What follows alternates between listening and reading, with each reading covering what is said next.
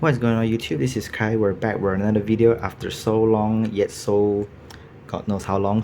So we're back with another video. Today I'm gonna be showcasing a deck that has a lot of people been requesting to me in my locals, and I forgot that this deck does exist in the meta game in the high tier as and the top tier decks as well, because I didn't see much in my local, so I can't almost forget it. But I do want to make the deck at the day one, but unfortunately I can't find most of the stuff, but I did now. So shout out to my friend Sean who borrowed most of the stuff, and that deck, if you guys haven't guessed it by now, you already guessed it, and it is the Blue Eyes decks. Yes, it's the Primite Blue Eyes. I should have done this deck profile like quite a while, but I always forget. I kind of focus too much on other decks that is not in the top tier. I want to do more like rogue decks and stuff, and also like the decks that is not tier A or higher, so I kind of left out.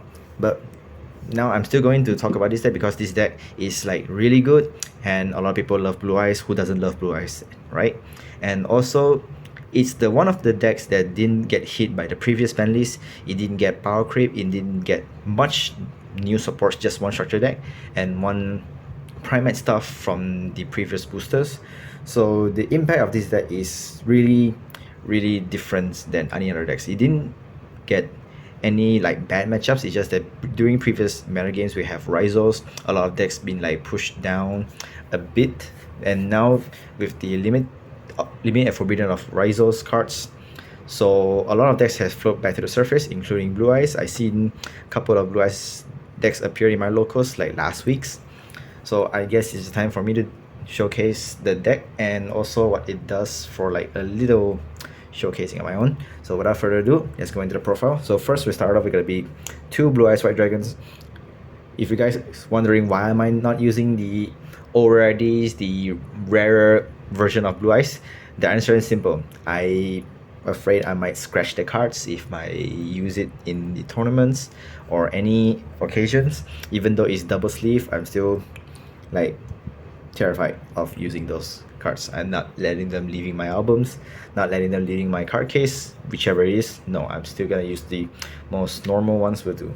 2 Blue Eyes because you don't want, you no need to play 3. 2 is enough. You have a bunch of ways to bring it out.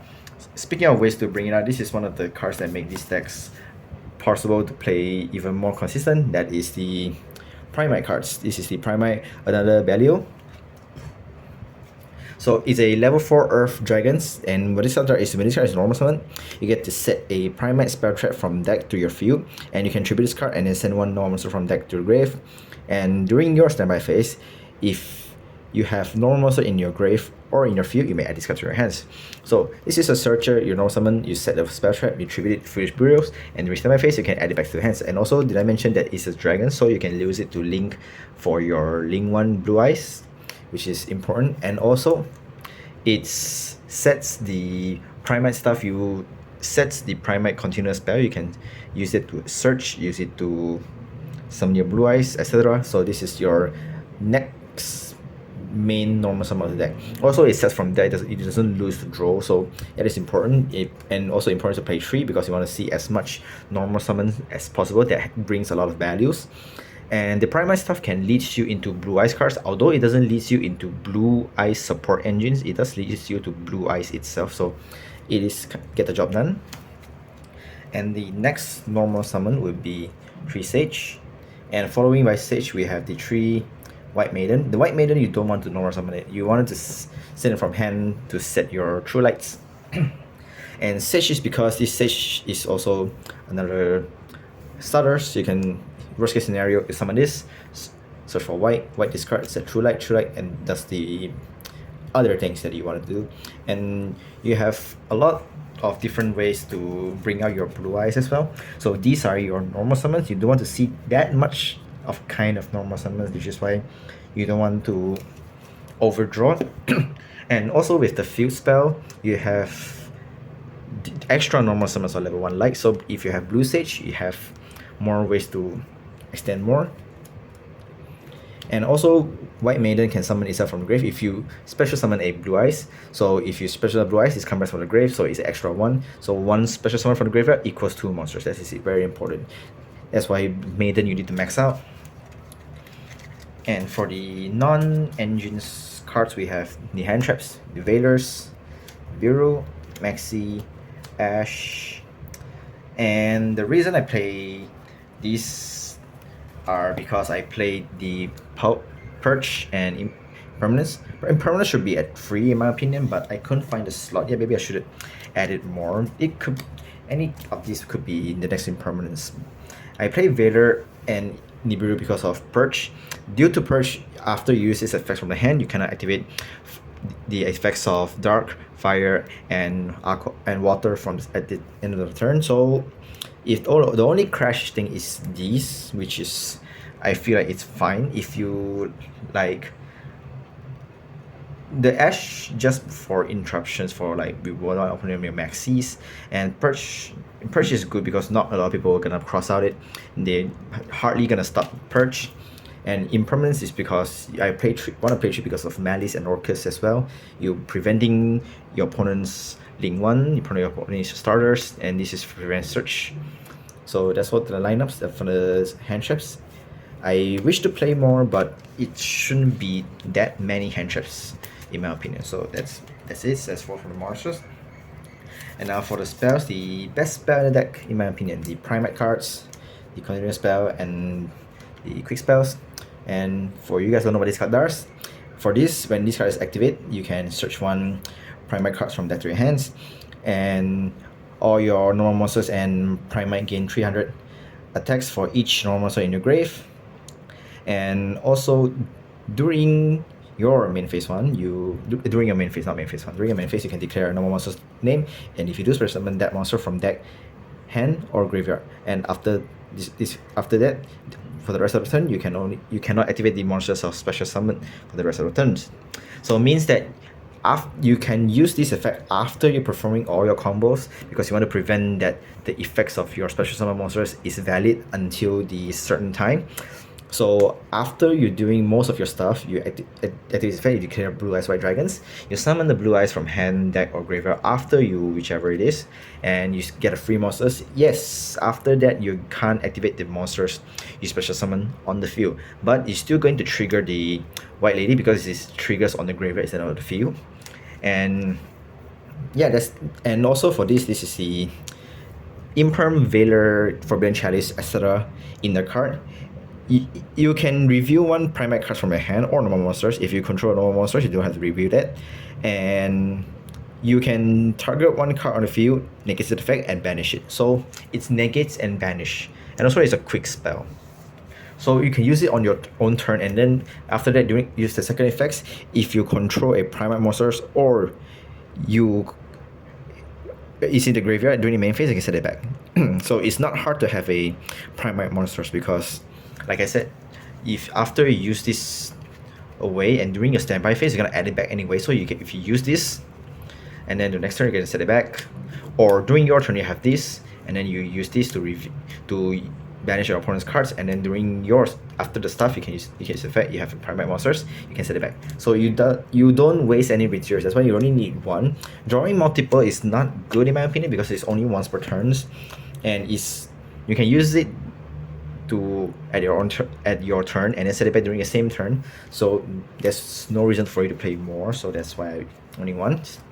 And then Blue Eyes cards. This is important. Discard 1 to search tools, and during the graveyard, you can banish it to equip a Blue Eyes from the extra deck and gains 400. The equip part is important because you can equip the parent, and then you can move yourself away to send this, and to prevent the getting target for negation. You can negate the effects destroys. And this doesn't need to properly summon, you just need to send it to graveyard. So that's why you needed it. And you play 3 because your deck doesn't lose that much to draw. So if you use your Primate stuff first and you get a draw, you can use this for next turn. Otherwise, you can activate this. You can discard the random cards. You can discard this as well.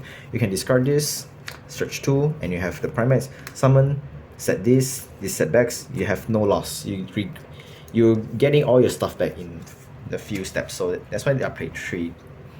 And the one-offs, this is the special, and the fusions, and this is I don't need to explain what this card does because during a main phase you can normal summon one more time a level 1 tuner, light attributes of course, and you can target one monster on the field, and then you can send one normal monster from deck, and then it gains attack until end of turns for each levels. The main important part is you get the foolish and get the extra normal summons. It extends or more and it's searchables now, so that's why you need to play this.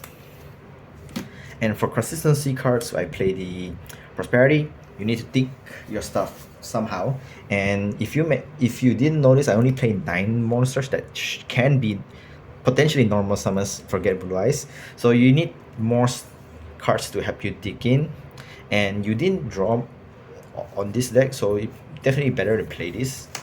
And for the hand trap hits, this is like mandatory, and the traps is I play skill drains, instructions, and the true lights. This is the extra ones. This is for you to extra pop because it doesn't target, so it destroys up to the numbers of blue eyes white dragon from hand, or field, or graveyards, and if it's your hand you have to review it, and it target up to 3, so it destroyed it. And also the second effects I won't gonna activate because it's for rituals.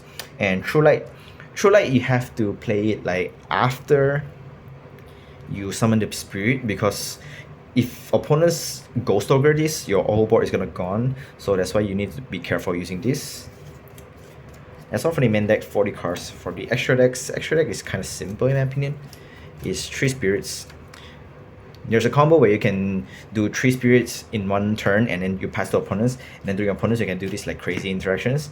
You can chain 1, chain 2, chain 3, and then you chain 4 Nibiru, and then Nibiru resolves. This is already not longer on the field, and you tribute all the opponent's monsters, summon a Nibiru and a token, and this 3 resolves, summon 3 monsters from the extra deck. So this is the really nice interactions. And also you needed this more because if you happens to get ogre for your true lights, and your blue eyes spirits can negate your true light in order to prevent your field from destroy, so it does came up. And also this is the one of the cards that important against Orcus right now, because Orcus is like the highly, I would say, people's champions deck from what I heard. And the other stuff would be like Storm Dragons, removals, Baron, Barrows, Ultimate, Seer, and the Crimson Dragons. These are pairs, and this is the new additional. In my opinion, is better than Magia, because Magia is hard to summon, and for this you have a lot of ways to summon, not to mention this. So yeah. For the links, 2 link ones and the 1 Herrick Seal. You need 2 because sometimes you need for the grind games. But so I saw a few lists that only play 1, but I prefer to play SS, so I play 2. And Herrick Seals, Tyrant, and Neo Ultimates. Not much to say. This is a mandatory. This very situational in my opinion. I almost never tested, but sometimes in a niche situation you needed this. So for side decks according to local, so this is not my own opinion. The Flowers, Lancia, Ogre, and Bell. Bell is for the Malice and Orcus matchup. Malice for the GWC 66. And Orcus, you want to prevent the grave that is Symbol Skeleton, so summon the Dingrisu to send off your True Lights, your Primites, your everything. So that's why I play Bell. Ogres is for mirror match, and also the Rizos. If they did not prepare for it, you can Ogre the Dual Driver, or most of the case we Dominus Purge the Dual Driver. So Lancia is for Malice and Orcus. So these are, I believe, the more flexible spots. And Dusters for back row. I tried something on this side that is much more different. I play Strike and Summon Limit. Summon Limit is a weird one because yes, in back to my turns I still summon a lot of monsters. So why play Summon Limits? Well, in my opinion is that if you summon a 3000 attack bodies and 1 Spirit Dragons, your opponent gonna have a lot more hard time than usual to push through your boards with Summon Limits on the field. Not to mention that if your opponent's turn, if you somehow use Herrick Seals gonna summon a Blue Eyes, and then you still want monsters on the field. You still want summon. You still want 3000 attack bodies on the field. And Strike is for the Orcus and the Malice.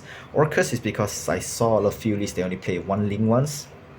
So if you strike the Ling ones on summon, they don't have more Ling ones to have to search more. They can't get their fuse, but they can't end with Babel Crescendo anymore. They have to play a lot more just to make the Ling 1 banish and then shuffle the deck, which is like hard. And for other matchups like Rezos, Malice, etc., it is a cool card to have.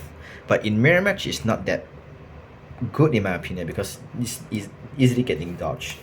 And the last card I test for this environment, I'm glad I did test it, is the 2 Typhoons. This is for the Orcus matchups most of the time and even mirror match.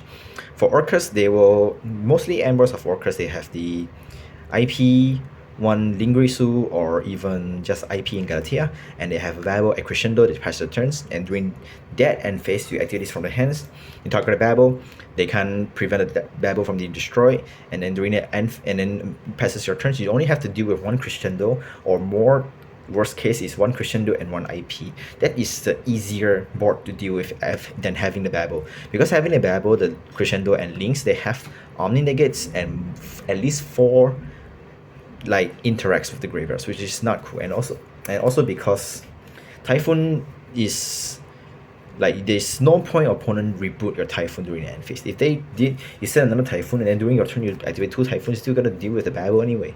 So Typhoon is good against mirror match as well. If they like greedy, they go True Light and the Primite continuous, you can Typhoon the True Lights and then make the board gone, or just the Primite spell.